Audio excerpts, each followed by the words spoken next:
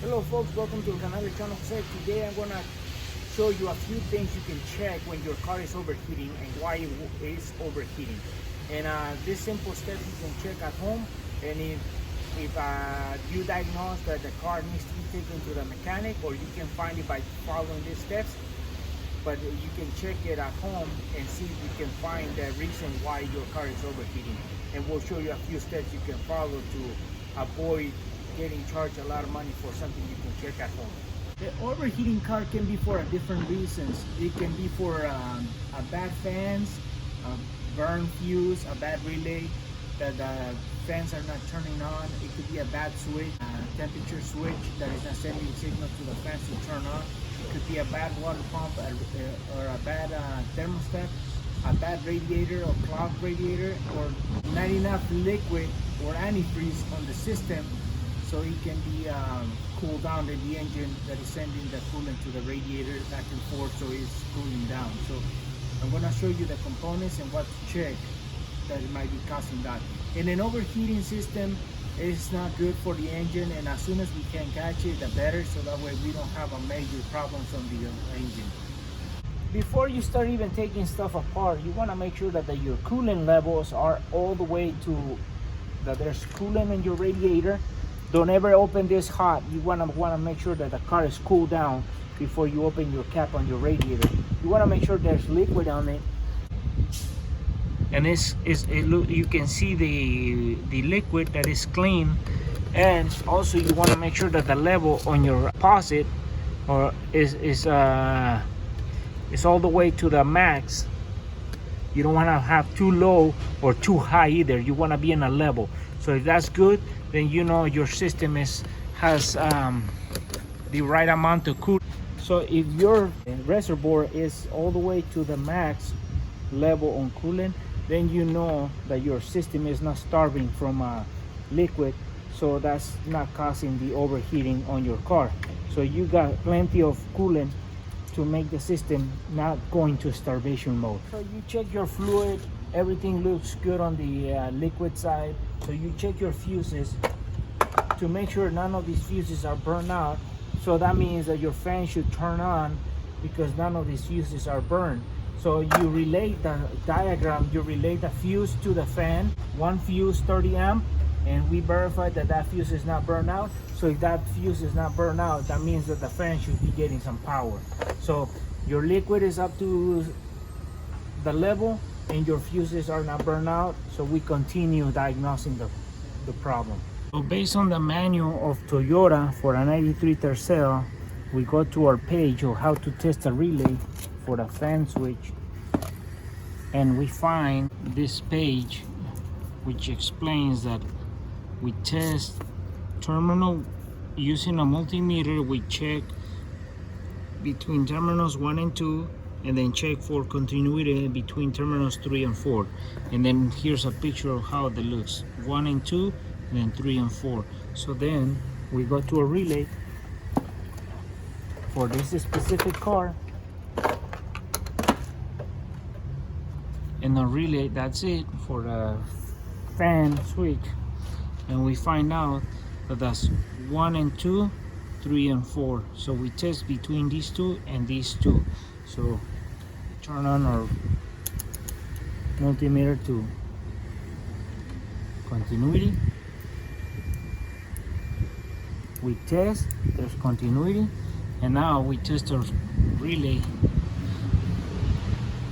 between terminal 1 and 2, which is this 1, 2, and we have continuity in there.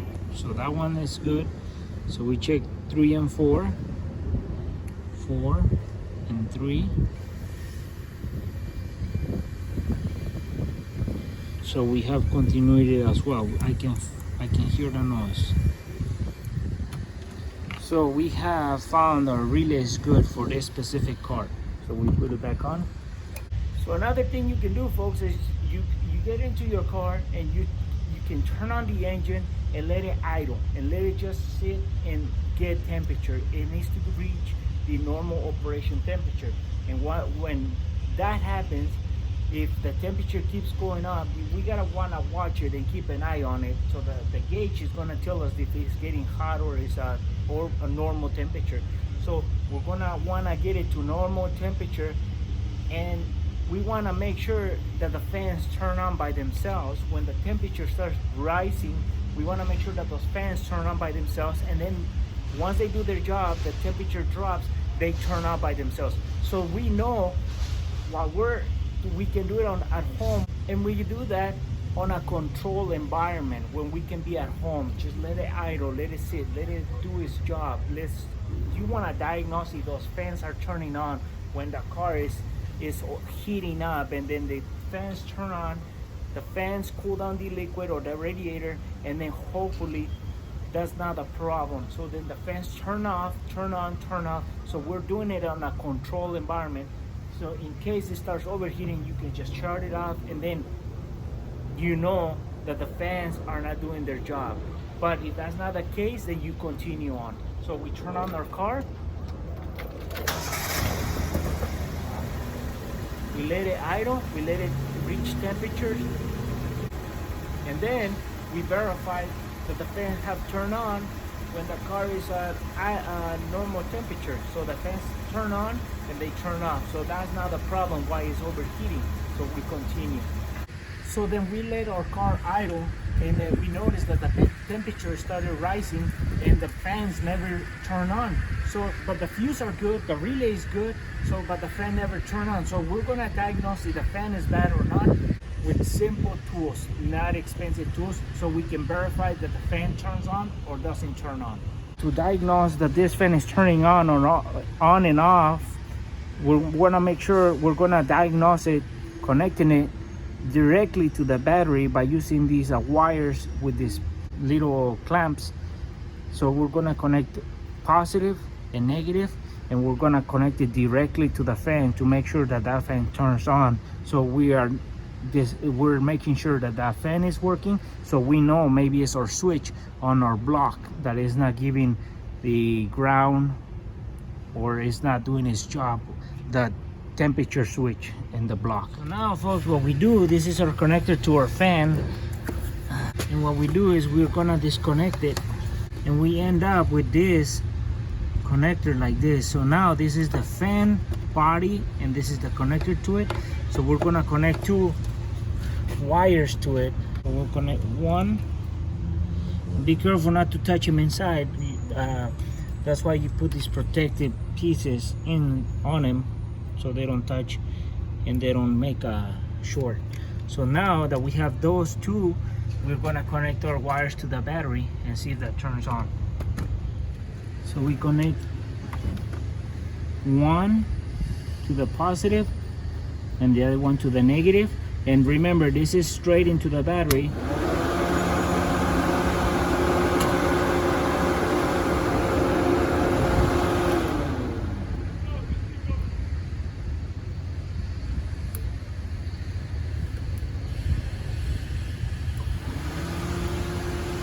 So now we have our fan working.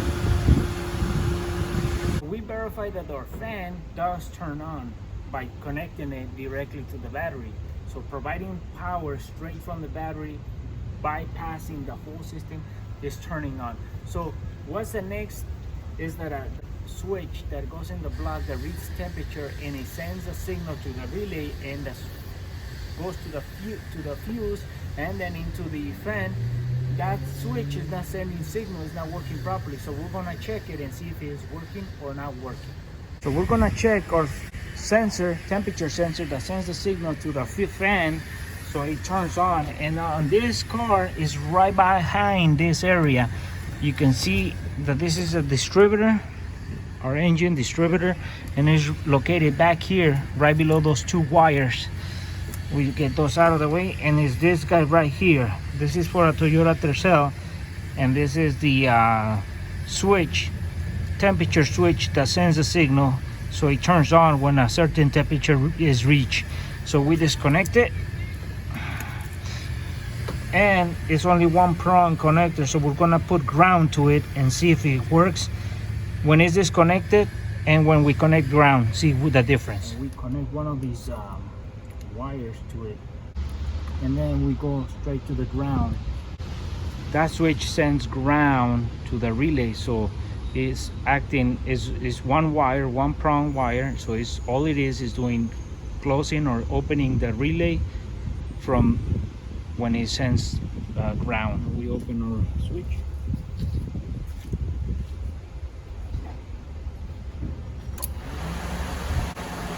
As soon as we plug it to ground, it turns off. Disconnect it, turns on. Connect it, turns off. On, off, off, on, off, on, and off. So at this point, we know that we have a bad temperature sensing unit to the fan because it's staying off. It's not sending ground to the relay. So we're gonna replace this guy. So we found that our temperature switch that sends signal or ground to the relay is stuck closed, so it's sending ground, so the relay is always activating not to send signal to the fan. So we found out by adding or putting ground or not putting ground, acting as a switch into the connector that goes to the relay. So when we put ground, it will activate the relay and it will stop sending signal to the fan. And when we took the ground off, the fan turned on. So we troubleshoot that our sensor is bad. So we replaced our temperature switch because we found out that switch was not sending, it was stuck closed, so it was sending ground to the relay, and the relay was activating and it was not sending signal to the fan. So and we replaced that, and everything went back to normal. The fans turn on at this point now, but we had to troubleshoot certain components to get to this conclusion. But what about if it wasn't the temperature switch? What about if it was something else? So we're gonna continue and tell you what other things could be causing your car from overheating. Another thing that can make your car overheat is the bad radiator cap, and that can be replaced really easy. So what we do is we take it off and we gotta verify that there's no broken pieces or the rubber is in good shape. And if this is bad, then we replace this so we know that we have a fresh cap, and then we can continue to see if the car's still overheating once we replace this. This can be a common thing that can make your car overheat because it's not working properly.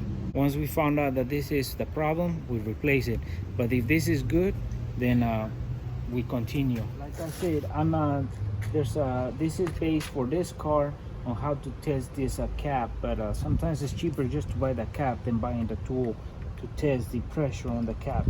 And so once you buy the new cap, you put it on, and then hopefully that was a problem. If that wasn't the problem, that's the cheapest one you can do to trying to figure out what the problem is. So you have diagnosed everything and everything looks good. You have a good radiator cap, and then but you can figure out why it's overheating. So there's two more things that it can be causing this. It could be the thermostat, or it could be your water pump on your engine that is not performing like it should. The thermostat, all it is it sits like this on your engine, and what it does with the temperature, when it starts building up inside the block, it starts opening this gate, so it works the thermal temperature. So as it heats up, it opens, and when the new fluid or the cooler fluid starts flowing through, it starts closing the gate, so it keeps a normal temperature on the engine. And that's what it should operate at, normal temperature, because this guy is set to open and close a certain temperature. It opens slowly, it doesn't close and opens fast. It opens as it heats up and it closes as it cools down. So this, for this car, sits right below that distributor. There's a hose that goes right below the distributor into the head, and this is the out coming from the engine into that radiator. So the cooler liquid goes back in through that path. So this guy controls, is a door. This controls the liquid going into the engine, but if this fails, that can start creating overheating engine problems. And if you haven't replaced it, and your car has a lot of miles in it and you never replace this guy, it's a good time to replace it, because this can cause serious damage. And these parts are really inexpensive, but it's just the labor. But this guy can be the problem. So now we're getting in the internal of the car. And also the water pump can be the problem. These guys are operated by the belt driven. It is belt driven, so as the engine is turning, this guy is always rotating.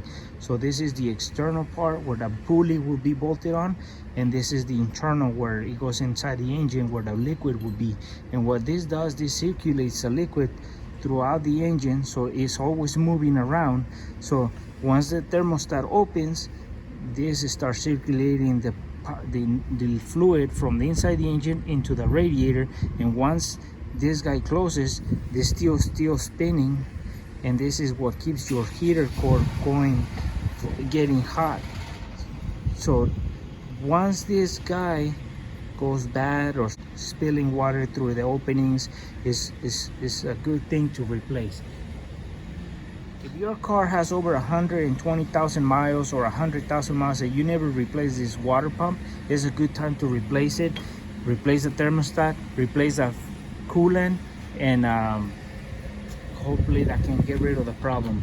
For this car, this is not the water pump. This is an example of what the water pumps can be. It's an impeller.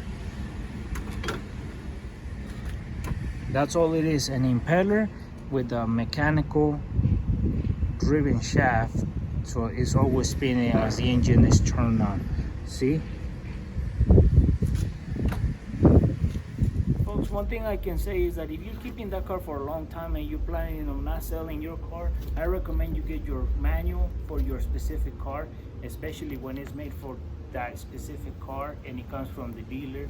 And these books are really they're really reliable and really informative, and they can save you a lot of money. So I say my advice is that you can buy yourself one of these books if you're keeping the car for a long time, or you got more than one car that is the same, so you can have the knowledge and how to from the manufacturers. And this is for my car, and has helped me a lot, and it has saved me a lot of money. Well, folks, I hope you have found this information useful, and then I showed the most important components that you can test outside.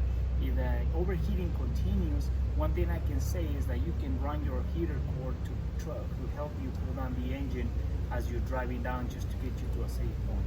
But if you've done all this and the overheating continues and there's nothing wrong, then you might have internal problem within the engine. So that's different steps and more special tools required. So I hope you have enjoyed this video. We'll see you soon with more videos here in el canal de Channel Jose.